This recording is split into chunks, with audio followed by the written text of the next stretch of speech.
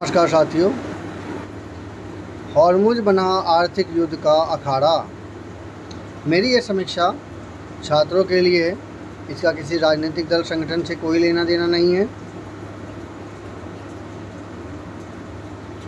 Iran को पता है कि हॉर्मुज की नाकेबंदी जितनी लंबी खिंचेगी उतना ही अमेरिका और उसके साथियों की मुश्किलें बढ़ने से वाशिंगटन पर दबाव बढ़ता जाएगा। राजनीतिक परिवर्तन और ईरान के निशस्त्रीकरण करने की घोषित उद्देश्य से शुरू किए गए अमेरिका के युद्ध को ईरान ने बड़ी चतुराई से आर्थिक जंग में बदल दिया और हॉर्मुज जलमार्ग इस जंग का अखाड़ा बन गया। देखिए, सबसे बड़ी बात है, इन्होंने चालाकी से इसे आर्थिक जंग के रूप में कन्वर्ट कर दिया। और अगर ऐसा करने से क्या होगा, ये अमेरिका अपने आप को वर्चस्व रख पाएगा, क्योंकि इसी हॉर्मुज जलमार्ग से पूरे विश्व की अर्थव्यवस्था का एक बड़ा हिस्सा जुड़ा हुआ है, जिसमें यूरोप के साथ इंडिया, चीन और बहुत सारे बाकी देश भी इस पर डिपेंडेंट हैं। ईरान को अपनी शर्तें मनवाने की विवश करने के लिए उनकी सभ्यता मिटाने और पाषाण युग में पहुंचाने जैसे धमकियां देने वाले राष्ट्रपति ट्रंप को अपना अंदाज बदलना पड़ा है।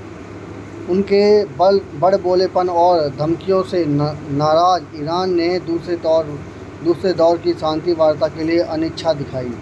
इसके बाद ट्रंप ने पहले अपने युद्ध विराम की सीमा अनिश्चित काल के लिए बढ़ानी पड़ी और फिर लेबनान और इजराइल के युद्ध विराम को भी आगे बढ़ाना पड़ा। ट्रंप का कहना है कि पाकिस्तानी फील्ड मार्शल आसिम मुनीर और प्रधानमंत्री शहबाज शरीफ ने उनसे अनुरोध किया था कि जब तक ईरान के प्रतिनिधि आपसी झगड़ा निपटा कर कोई साझा प्रस्ताव नहीं लाते तब तक हमले नहीं रोकें। ट्रंप ने कहा भी कि ईरान की वार्ता के लिए नेता तय करने में बेहद कठिनाई हो रही है। जंग में बुरी तरह हार रहे कट्टरपंथी और व्यवहारवादी नेताओं के बीच आपसी लड़ाई छिड़ गई है। उपराष्ट्रपति जेडी वेंस ने भी पहले दौर की बातचीत के अनुभव के आधार पर इसकी पुष्टि की है। ईरानी नेताओं के बीच आपसी झगड़े की बात को गत सप्ताह की इन अफवाहों से भी बल मिला कि समझौता वार्ताओं में ईरान का नेतृत्व कर रहे मोहम्मद गलीबाफ मुख्य प्रतिनिधि के पद से इस्तीफा दे दिया है। इसकी वजह से वार्ताओं की दिशा को लेकर रेवोल्यूशनरी गार्ड के प्रमुख जनरल अहमद वहीदी के साथ गहराते मतभेद बताया जा रहा है कि पहले दौर की बातचीत में कतर ने खाड़ी देशों के 20 जहाज़ों के बदले ईरान के 20 जहाज़ों को हॉर्मुज से रास्ता देने का प्रस्ताव रखा था। गलीबाफ उसके पक्ष में थे, लेकिन रेवोल्यूशनरी गार्ड ने उसे रोक दिया। तब से उनके और ईरान के राष्ट्रीय सुरक्षा परिषद और मजलिस के कट्टरपंथी सदस्यों के बीच तीखी बयानबाजी चल रही है। उनके साथ साथ विदेश मंत्री अब्बास अरागची ने भी हॉर्मुज को खोलने के बयान और वार्ताओं के समर्थन में दिए गए कुछ बयानों की वजह से आड़े हाथों लिया जा रहा है। मतभेदों की इस अफवाहों को रोकने के लिए राष्ट्रपति मसूद पेजेशिकियान को एक बयान जारी करना पड़ा, जिसमें उन्होंने मतभेदों का खंडन करते हुए नेताओं के बीच फौलादी एकता की बात की। बहुत अच्छी बात है, यानी एक रहो, एक मत रहो, वो ज़्यादा अच्छा है। ट्रंप ने हवाई हमलों से ईरान के परमाणु और मिसाइल तंत्र, वायु रक्षा प्रणाली और नौसेना को तो काफ़ी हद तक नष्ट कर दिया है,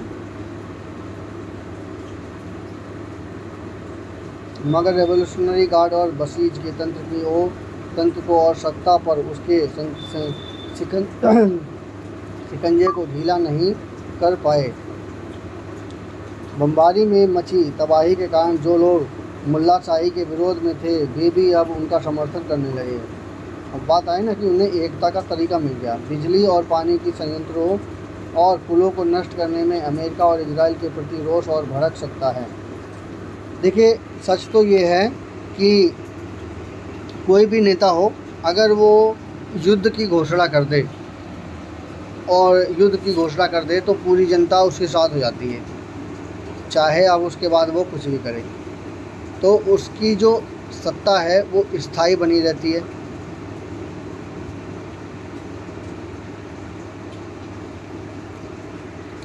बिजली और पानी के संयंत्रों के पुलों को नष्ट करने में से अमेरिका और इजराइल के प्रति रोष और भड़क सकता था, और यदि बदले में ईरान खाड़ी के देशों के जल और तेल संयंत्रों पर हमला करता तो पूरे खाड़ी देश में हाहाकार मच सकता था।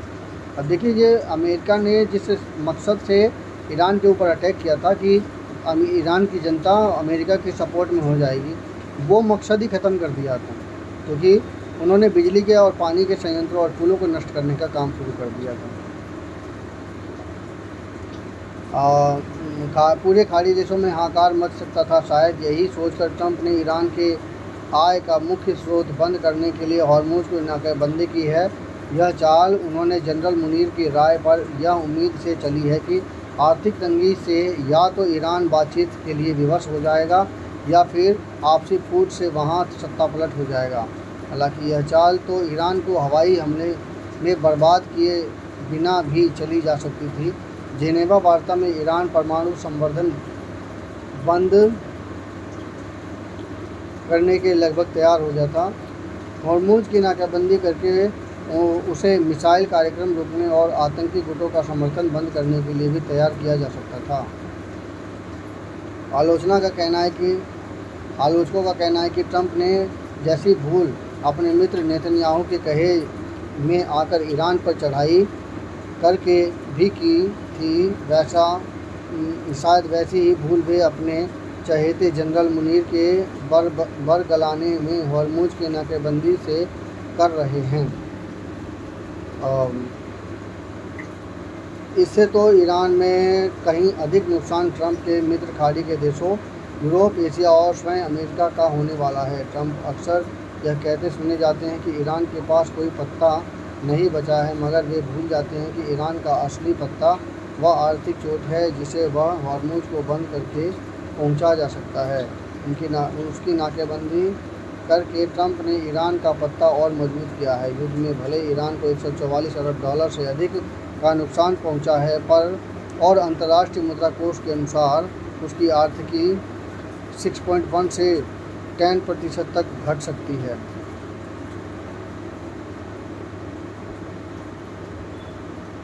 अरे वो भले ही वो हार रहा है, लेकिन वो राजा बना के जाएगा, देख लेना। अमेरिका इसमें ईरान को राजा बना के जाएगा। लेकिन अमेरिका के मित्र खाड़ी देशों को 200 अरब डॉलर से अधिक का नुकसान हो चुका है,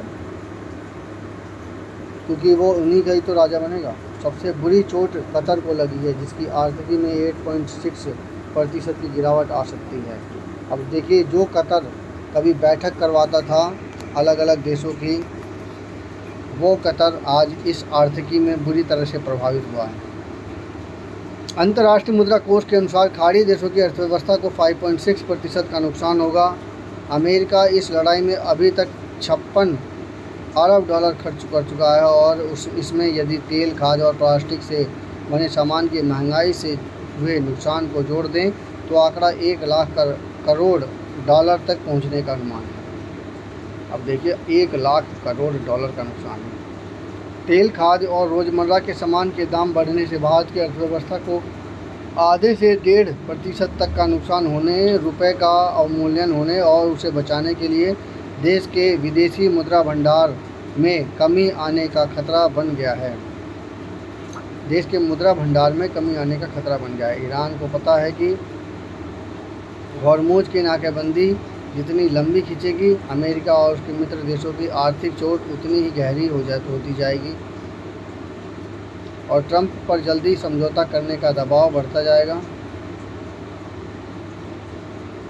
ट्रंप की पार्टी को कांग्रेस के मध्यावधि चुनाव में जनता का सामना भी करना है, जो लड़ाई में उलझने और महंगाई बढ़ने से नाराज़ हैं। 1 मई को लड़ाई के 2 महीने भी पूरे हो जाएंगे, जिसके बाद कांग्रेस से अनुमति लिए बिना ट्रंप लड़ाई जारी नहीं रख सकते।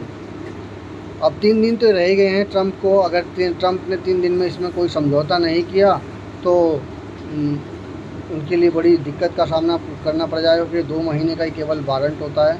2 महीने बाद संसद में उन्हें परमिशन लेनी पड़ती है। उनसे यह भी पूछा जाएगा कि उन्होंने लड़ाई में ऐसा क्या हासिल किया जिसे कूटनीति या आर्थिक नाकेबंदी से नहीं हासिल किया जा सकता था। देखिए, सबसे बड़ी बात है कि ट्रंप चाहे जो भी कहें, वो अपने आप को योग्य बता रहे हैं, लेकिन मैं तो अगर ये कहूँ कि मैं पेंटागन को ही उंगली उठाऊँ तो जिस देश को बनाने में भारत के टॉप साइंटिस्ट गए, इसके अलावा चीन के भी टॉप वैज्ञानिक रहे और दुनिया भर के टॉप वैज्ञानिक को उन्होंने अपने पैसे के दम पर अपने अधिकार में लिया, आज वो देश इस स्थिति में है कि वो युद्ध तक की बात कर रहा है और युद्ध की बात करके वो युद्ध ही नहीं बल्कि दुनिया को एक आर्थिक संकट में डाल रहा है। तो ये क्या कहाँ तक न्याय संगत है? जो देश पूरी दुनिया के टॉप वैज्ञानिक और टॉप प्रतिभाशाली लोगों को लेकर के अपने योग्यता के दम पर नंबर 1 पहुंचा हुआ है, वो देश, उसकी योग्यता क्या इसमें निहित है कि वो बार बार इस तरह के आर्थिक युद्ध करवा करके, जैसे टैरिफ वार हुआ या हॉर्मुज की लड़ाई हो गई, ऐसा करवा करके वो पूरी दुनिया को एक आर्थिक संकट जो है वो डाल रहा है? क्या ये न्याय संगत है? ये दुनिया के लिए न्याय संगत नहीं है और बल्कि पूरी दुनिया को इसके खिलाफ़ आवाज़ उठानी चाहिए। हमारी तो यही बात है कि इसमें इस प्रकार से जो पूरी दुनिया के टैलेंटेड लेने के बाद और अगर वो युद्ध की स्थिति तक अगर वो पहुंचा रहा है पूरी दुनिया को, या एक प्रकार के आर्थिक संकट की स्थिति में डाल रहा है, तो ये अमेरिका और उसके जो सहयोगी हों, जो भी है, ये उनके लिए ये न्याय संगत नहीं है पूरी दुनिया के लिए, क्योंकि टैलेंट वालों से ही लगभग पूरा देश चलता है। और ऐसी स्थिति में अगर वो टैलेंट वाले ले करके और पूरी दुनिया को आर्थिक संकट में, आर्थिक स्थिति सबकी डवाडोल कर दे, युद्ध की स्थिति में झोंक दे, तो ये कहाँ का न्याय संगत है? बस प्रश्न यही उठता है। किसी बात को, किसी चीज़ को हल करने का सॉल्यूशन अलग अलग है, जिसमें बातचीत करना एक महत्वपूर्ण है, कूटनीति करवाना एक महत्वपूर्ण है, और इसके अलावा भी बहुत सारे तरीके होते हैं जिससे किसी को बात भी मनवाया जा सकता है। लेकिन ये क्या है, न्याय संगत है? ये पूरी दुनिया के लिए न्याय संगत बात नहीं है। मेरी ये समीक्षा कैसी लगी कृपया कमेंट कीजिए, चैनल को सब्सक्राइब कीजिए। मेरे इस चैनल पर इस छात्रों के संबंधित इन्फॉर्मेशन आती रहती हैं। इस टॉपिक में हॉर्मुज किस प्रकार से पूरी दुनिया के लिए खतरा बना पड़ा है और किस प्रकार से वो आर्थिक स्थिति पूरी दुनिया की किस तरह से डामाडोल हो रही है, उसके बारे में यहाँ पर चर्चा की गई है, जो कि एक नया कॉन्सेप्ट देता है, ख़ास करके जल डमरू मध्य वाले उन क्षेत्रों के लिए जो कि पूरी दुनिया में हैं, और वो किस प्रकार से पूरी दुनिया की आर्थिक स्थिति को तोड़ सकते हैं। मेरी ये समीक्षा कैसी लगी कृपया कमेंट कीजिए, चैनल को सब्सक्राइब कीजिए। धन्यवाद।